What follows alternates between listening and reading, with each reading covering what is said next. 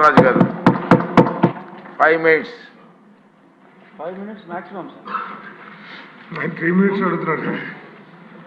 Governor గారి తీర్మానానికి మద్దతుగా మాట్లాడటానికి అవకాశం ఇచ్చిన గౌరవనీయులు స్పీకర్ గారికి నమస్కరిస్తూ, చాలా స్పష్టంగా ఉన్నది ఉన్నట్టుగా గవర్నర్ గారి ప్రసంగం ఆద్యంతం చక్కగా సాగింది.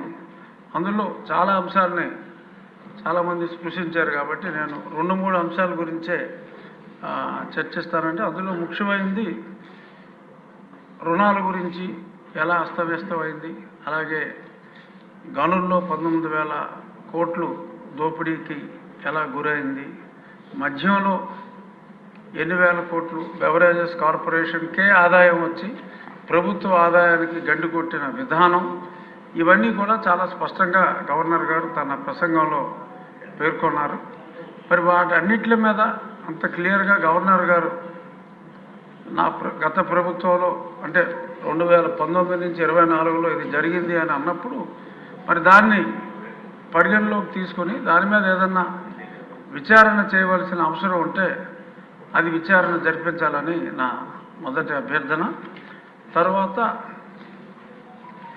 ఈ శాంతి భద్రతల గురించి కూడా చాలా స్పష్టంగా మాట్లాడుతూ, ఒక పాలన ప్రతీకార రాజకీయం అనే అంశం మీద కూడా గవర్నర్ గారు వారి ప్రసంగంలో మాట్లాడటం జరిగింది. ఇది స్పెసిఫిక్గా ప్రత్యేకంగా చూడవలసిన అంశం అధ్యక్ష. ఎందుకంటే పాలన ప్రతీకారం, ఇక్కడ ప్రతీకార రాజకీయంలో కొన్ని వేల కేసులు ఎంతోమంది మీద చాలా అన్యాయంగా జస్ట్ ఇప్పటి రూలింగ్ పార్టీకి కేవలం నోటితో మద్దతు తెలియజేసిన ఒక ఫ్లెక్సీ ఎవరైనా వేసినా కూడా వాళ్ళందరి మీద కేసులు పెట్టడం జరిగింది. ఈ కేసుల గురించి చెప్పాలి అంటే, మరి నా మీదే ఒక 14, మరి చెప్పచ్చో లేదో తెలియదు కానీ మరి అన్యాయంగా పెద్దలు శాసనసభాపతి గారి మీద ఒక 16, 18 అలా ఎంతోమంది మీద, మరి లోకేష్ గారి మీద ఆయన యోగాలు అని వెళ్తూ ఉంటే ఇలా రకరకాలుగా కొన్ని వేల కేసులు అన్యాయంగా బడాయించడం జరిగింది. అది కేవలం రాజకీయ ప్రేరేపిత కేసులు, సబ్స్టెన్స్ లేని కేసులు. మరి అటువంటి సబ్స్టెన్స్ లేని ఎన్నో వేల కేసుల్లో మరి ఈరోజు ఒక దుష్ట పాలనని అంతమొందించడానికి, మంచి పాలన రావడానికి ఒక ట్వీట్ చేసినా కూడా కేసులు పెట్టినవి ఎన్నో వేలల్లో ఉన్నాయి. కాబట్టి వాటిని మళ్ళీ అంత law will take its own course of action, ఇటువంటి రొటీన్ డైలాగులు కాకుండా ఒక నిర్ణయం తీసుకుని సమిష్టిగా ఆ నిర్ణయం ద్వారా, ఎందుకంటే గవర్నర్ గారే స్పష్టంగా పేర్కొన్నారు కాబట్టి ఆ నిర్ణయం ద్వారా ఈ అన్యాయంగా కేసుల్లో ఇరుక్కున్న వారికి స్వాంతన చేకూర్చే విధంగా మరి చేయాలి.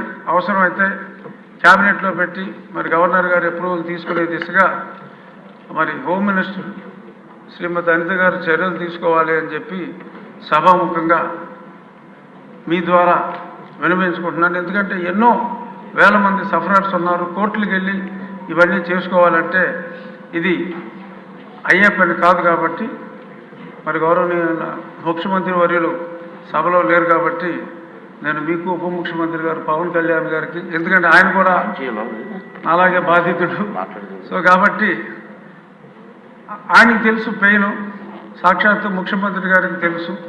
సో కాబట్టి చిన్న చిన్న వాళ్ళందరినీ కూడా అన్యాయంగా ఇరికించారు. కాబట్టి వేలాది కేసుల నుంచి బయటపడాలి. అలాగే మరి గత ప్రభుత్వంలో కొంతమంది సఫర్ అయిన వాళ్ళకి అప్పుడు పోలీస్ సెక్యూరిటీ ఉంటే, మరి ఇప్పుడు ఈ ప్రభుత్వంలో ఉన్న ఎమ్మెల్యేలకు కూడా మరి కొంత సెక్యూరిటీ తొలగించడం జరిగింది. ఫర్ ఎగ్జాంపుల్ ఇందాక మాట్లాడిన రెడ్డప్ప గారు మాధవ్కి మరి 2+2 ఉంటే 1+1 చేశారు. కడప లాంటి ప్రాంతంలో ఒక మహిళ పోరాడుతూ ఉంటే మరి 2+2ని 1+1 చేయటం, ఇలాంటి కొంతమంది వాళ్ళు చెప్పుకోలేని ఉంటాయి. సో అంచేత ఇటువంటివి ఏమన్నా ఉన్నా కూడా ఆ రక్షణ కల్పించవలసిన అవసరం ఉందని సభాముఖంగా మరొకసారి తమరికి తెలియజేస్తూ ఈ అవకాశం ఇచ్చినందుకు ధన్యవాదాలు.